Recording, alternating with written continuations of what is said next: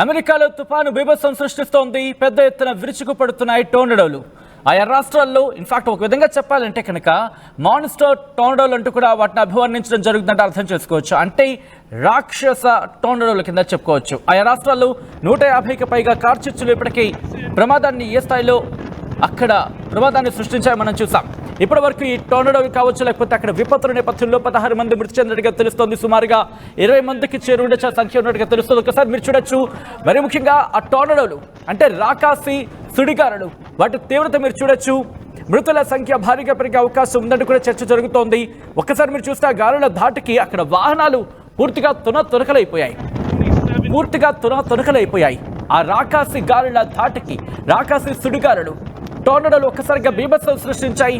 ఈ కథనం కూడా కాస్త కలవరపరచైతే మిమ్మల్ని కలవరపాటు గురి చేయడం ఆర్టీవీ ఉద్దేశం కాదు, కానీ ఇటువంటి కథనాలు చూసినప్పుడు కాస్త కలవరపాటు గురయ్యే అవకాశం ఉంటుంది. కాబట్టి దీనికి సంబంధించి తగిన జాగ్రత్తలు తీసుకోవాలని ఆర్టీవీ సూచించడం జరుగుతోంది. తుపాను బీభత్సానికి భవనాలు కుప్పకూలిపోయాయి, రోడ్లపై చల్లాచెదురుగా పడిపోయాయి భారీ వాహనాలు. ఒకసారి మీరు చూడొచ్చు, భారీ వాహనాలు అవన్నీ కూడా. కానీ అవన్నీ మీరు చూస్తే కనుక చిన్నపిల్లల ఆట బొమ్మలు ఉంటాయి కదా, వాటిని ఒక తొక్కితే ఎలాగైపోతాయి. ఒక్కసారి ఆ గాలుల తీవ్రతను మీ చెవులారా మీరే వినండి.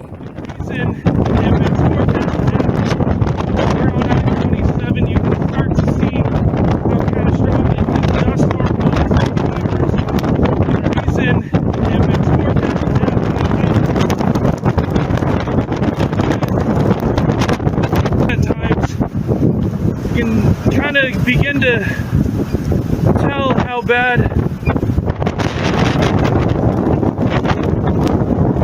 this was right compared to భారీ కంటైనర్లని ఆ రాకాసి గాలులు అలా పక్కకు విసిరేశాయి. మీరు చూడొచ్చు, భారీ కంటైనర్లు అవన్నీ కూడా కనీసం గాలికి ఒక అడుగు ముందుకు వేయలేకపోయాయి. ఆ ట్రక్ డ్రైవర్లు ఏం చెప్తున్నారంటే కనుక, ఆ ట్రక్ డ్రైవర్లు చెప్తున్న దానికి సంబంధించి చెప్పడం జరుగుతోంది. గంటకు 80 కిలోమీటర్ల వేగంతో గాలులు వీచాయంటూ కొంతమంది చెప్పడం జరుగుతోంది. ఒక ఇసుక ఒక్కసారిగా కప్పేస్తుంది. అసలు ఎటు వెళ్ళాలో కూడా అర్థం కాని పరిస్థితి. రోడ్ల మీద నిలిచుండిపోయాం. ముందుకు వెళ్దామంటే భయం, వెనక్కి వెళ్దామంటే భయం.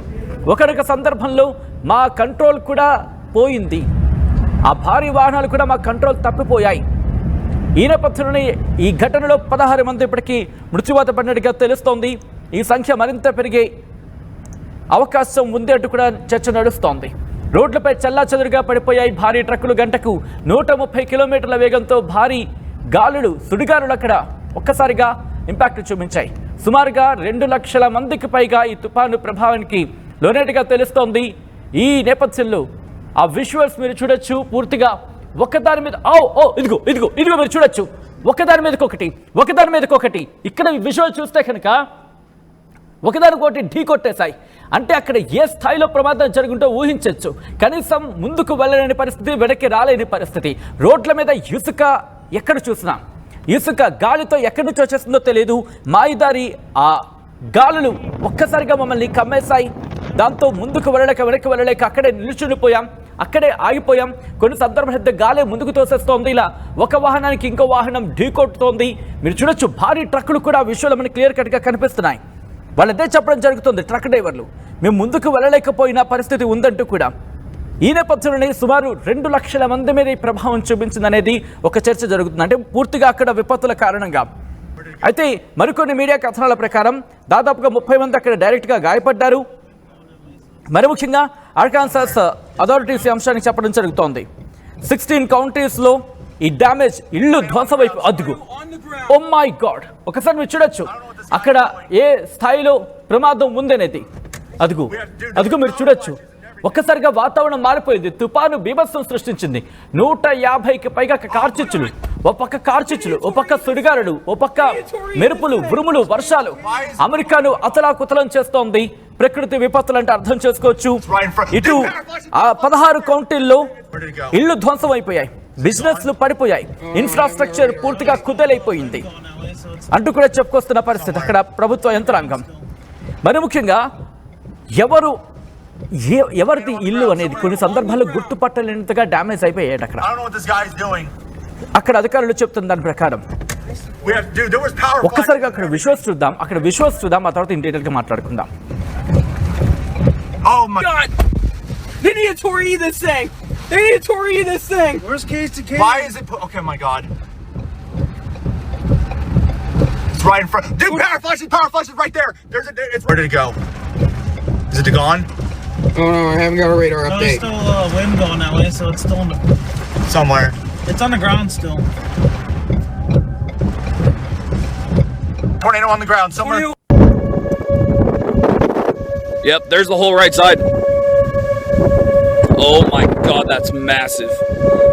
There's the right edge. Dude, this fucking tornado is huge. There's the right edge right there. Yep, You see it? yep, There's the right edge. Right by that pole. yep.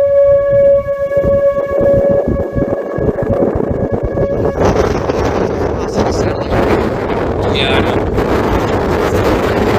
Put out a satellite. Over 9 miles away, I think we're fine. You think? Yeah. Is a 9-mile radius good? విశ్వాసం మీరు చూస్తున్నారు మిస్సౌరీలో టోర్నడోలు బీభత్సం సృష్టించాయి. స్థానికంగా కొన్ని ఇళ్లు దెబ్బతిన్నాయి. భారీ భారీ భవనాలు కూడా దెబ్బతిన్నట్టుగా తెలుస్తోంది. ఇటు కెంటకీ, అలాగే టెనసీ, ఇలినోవా, అలాగే అలబామా, దాంతోపాటు ఇటు టెక్సాస్, టెనసీ, ఇండియానా ఈ రాష్ట్రాలు కూడా టోర్నడోల ముప్పు పొంచి ఉందంటూ కూడా అక్కడ విపత్తు నిర్వహణ శాఖలు ఇప్పటికే హెచ్చరికలు జారీ చేశాయి. కెనడా సరిహద్దు నుంచి టెక్సాస్ వరకు, రిమెంబర్ కెనడా సరిహద్దు నుంచి టెక్సాస్ వరకు కూడా 130 కిలోమీటర్ల వేగంతో గాలులు వీచే అవకాశం ఉందంటూ కూడా అక్కడ అంచనా ఉందంటే అర్థం చేసుకోవచ్చు ఆ బీభత్సానికి సంబంధించి అక్కడ ప్రభుత్వం ఏ స్థాయిలో అలర్ట్ అయిందో. మరి ముఖ్యంగా మిస్సౌరీ, అలాగే న్యూ మెక్సికో, టెక్సాస్, కాన్సస్, అలాగే ఓక్లహామా ఈ ప్రాంతాల్లో కార్చిచ్చులు చెలరేగిన పరిస్థితి. ఈ నేపథ్యంలో అక్కడ ఖాళీ చేయాలంటూ ఒకసారి మీరు చూడండి. ఓ పక్క కార్చిచ్చు, ఓ పక్క టోర్నడోలు, ఓ పక్క భారీ వర్షాలు ఏ స్థాయిలో ఉన్నాయంటే బేస్ బాల్ సైజ్ వడగళ్ళు పడుతున్నాయంట. వింటున్నారుగా, బేస్ బాల్ సైజ్ వడగళ్ళు. ఏం జరుగుతుంది అమెరికాలో? ఎందుకంటే ఒక పక్క కార్చిచ్చులు అంటుకుంటూ ఉన్నాయి, మరో పక్క సుడిగాలుల వ్యవస్థను సృష్టిస్తున్నాయి, ఇంకో పక్క ఏమొచ్చి ఏకంగా బేస్బాల్ సైజ్తో హిల్స్ అంటే ఇవి వడగళ్ళు, బేస్బాల్ సైజులో వడగళ్ళు పడుతున్నాయంట. ఏం జరుగుతోందనేది ఇప్పుడు నిజంగా అక్కడ పరిస్థితి తలుచుకుంటేనే భయాందోళనగా ఉన్న పరిస్థితి అనేది చెప్పుకోవాలి. సో ఇటువంటి నేపథ్యంలో మినసోటా కావచ్చు, అలాగే సౌత్ డకోటాలోని కొన్ని ప్రాంతాలకు మంచు తుఫాను ముప్పు పొంచి ఉందంటూ కూడా వాతావరణ శాఖ హెచ్చరించింది. మార్చిలో ఇలాంటి ప్రతికూల వాతావరణ పరిస్థితులు అక్కడ అసాధారణమేం కాదు, అయితే ఈసారి మొత్తం కాస్త ఎక్కువగా ఉందనే చెప్పుకోవాలి ఇక్కడ అంటూ కూడా అక్కడ నిపుణులు చెబుతున్నమాట. ఒక్కసారి విజువల్స్ మీరు చూస్తున్నారు, అక్కడ ఎటువంటి పరిస్థితి ఉంది అనేది. అమెరికాను ప్రకృతి విపత్తులు వెంటాడుతున్నాయి. ఓ పక్క కార్చిచ్చు, మరో పక్క టోర్నడోలు, ఇసుక టోర్నడోలు, మరో పక్క బేస్బాల్ సైజ్ వడగళ్ల వాన బెంబేలెత్తించేస్తోంది. ఒక్కొక్క ప్రాంతంలో ఒక్కొక్క చోట ఇంకా ముప్పు పొంచి ఉంది, ఇంకా ముందు ముప్పు పొంచి ఉంది. కెనడా నుంచి మరికొన్ని సరిహద్దుల వరకు సంబంధించి మాట్లాడుకోవడం జరుగుతుంది. ఇన్ఫాక్ట్ అమెరికాకు సంబంధించి కొన్ని ప్రాంతాల వరకు కూడా, టెక్సాస్ వరకు కూడా 130 కిలోమీటర్ల వేగంతో గాలులు వీచే అవకాశం ఉందంటూ కూడా వాతావరణ శాఖ హెచ్చరికలు జారీ చేస్తుంటే అర్థం చేసుకోవచ్చు. ఒక్కసారి ఈ విజువల్స్ మీరు చూస్తున్నారు, పూర్తిగా కార్లు ధ్వంసమైపోయాయి. హెవీ ట్రక్స్, అదుగు లేటెస్ట్ ఫోటోస్ మీరు చూడొచ్చు. పూర్తిగా ముందు భాగాలన్నీ కూడా నుజ్జు అయిపోయాయి. అదుగు ఆ టోర్నడోల తీవ్రత మీరు చూడొచ్చు ఏ స్థాయిలో ఉందో. ఆ టోర్నడోల తీవ్రతకి అక్కడ బీభత్సం సృష్టించింది. భవంతులు, పెద్ద భవనాలు ఇలా నుజ్జు అయిపోయాయి. పెద్ద ట్రక్లు, భారీ ట్రక్లు, అవన్నీ పెద్ద చెట్లు నేల కూలిపోయాయి. మొత్తం అలా సుడిగాలులు అలా తిప్పేసి రోడ్ల మీద పడేసింది. ఈ ఘటనలో పదుల సంఖ్యలో ప్రజలకి గాయాలయ్యాయి, అలాగే పదుల సంఖ్యలో వాహనాలు దెబ్బతిన్నాయి. ఎక్కడా కూడా ముందుకు వెళ్ళలేని పరిస్థితి అంటూ కూడా ఆ వాహనాల డ్రైవర్లు చెప్తూ వచ్చారంటే అర్థం చేసుకోవచ్చు. అక్కడ పరిస్థితి అమెరికాలో బీభత్సం, ఈ తుఫాను బీభత్సం ఏ స్థాయిలో ఉంది అనేది ఆ ట్రక్ చూస్తే అర్థమవుతుంది. ఇక్కడ మీరు చూడండి, రోడ్ల మీద వెళుతుంది. వాళ్ళు అదే చెప్తున్నారు అన్నమాట. ఒక్కసారిగా సుడిగాలు ఎక్కడి నుంచి వచ్చిందో మాకు అర్థం కాలేదు. దాదాపుగా 50 నుంచి 55 కిలోమీటర్ల వేగంతో అక్కడికక్కడే మేము కనీసం ట్రక్ని హోల్డ్ చేసే పరిస్థితి లేదు, వాహనాన్ని హోల్డ్ చేయలేకపోయాం. ఇలా ఒక ట్రక్ని ఇంకో ట్రక్తో ఢీకొట్టించేస్తుంది. అలా ఒక సుడిగాలిలో మేమందరూ కూడా ఇరుక్కుపోయాం అంటూ కూడా చెప్పుకొచ్చిన సందర్భం ఇక్కడ మీరు చూడొచ్చు. అదంతా కూడా మీకు కనిపిస్తుంది, మసగా కనిపిస్తుంది కదా, అదంతా కూడా ఇసుక తుఫాను కూడా కాదు, ఇసుక తుఫాను సుడిగాలితో. ఎందుకంటే ఆలోచించండి ఒకసారి, మీరు అమెరికాలో ఉన్నారనుకుందాం, ఒక పక్క కార్చిచ్చులు, మరోపక్క వడగళ్ల వాన, మరోపక్క ఇసుక తుఫాను, మరోపక్క ఉరుముల మెరుపులతో వర్షం దంచి కొడుతోంది. ఇంకో పక్క అక్కడ ప్రతికూల వాతావరణం ప్రజల్ని బెంబేలెత్తించేస్తోంది. ఈ అంశానికి సంబంధించి మీ అభిప్రాయం ఏంటి? అమెరికాలో అయితే ఇటువంటి ప్రతికూల వాతావరణాలు అసాధారణం కాదు. అయినప్పటికీ కూడా ప్రస్తుతం ఈ పరిస్థితులు భయాందోళన కలిగిస్తున్నాయి. అయితే అమెరికా విపత్తు నిర్వహణ శాఖ దీనికి సంబంధించి ఇప్పటికే అలర్ట్ అయింది. ఆయా ప్రాంత ప్రజల్ని ఖాళీ చేయించి సురక్షిత ప్రాంతాలకు తరలించే ప్రయత్నాలు చేస్తోంది. దీని మీద మీ అభిప్రాయం ఏంటనేది కామెంట్ చేయండి.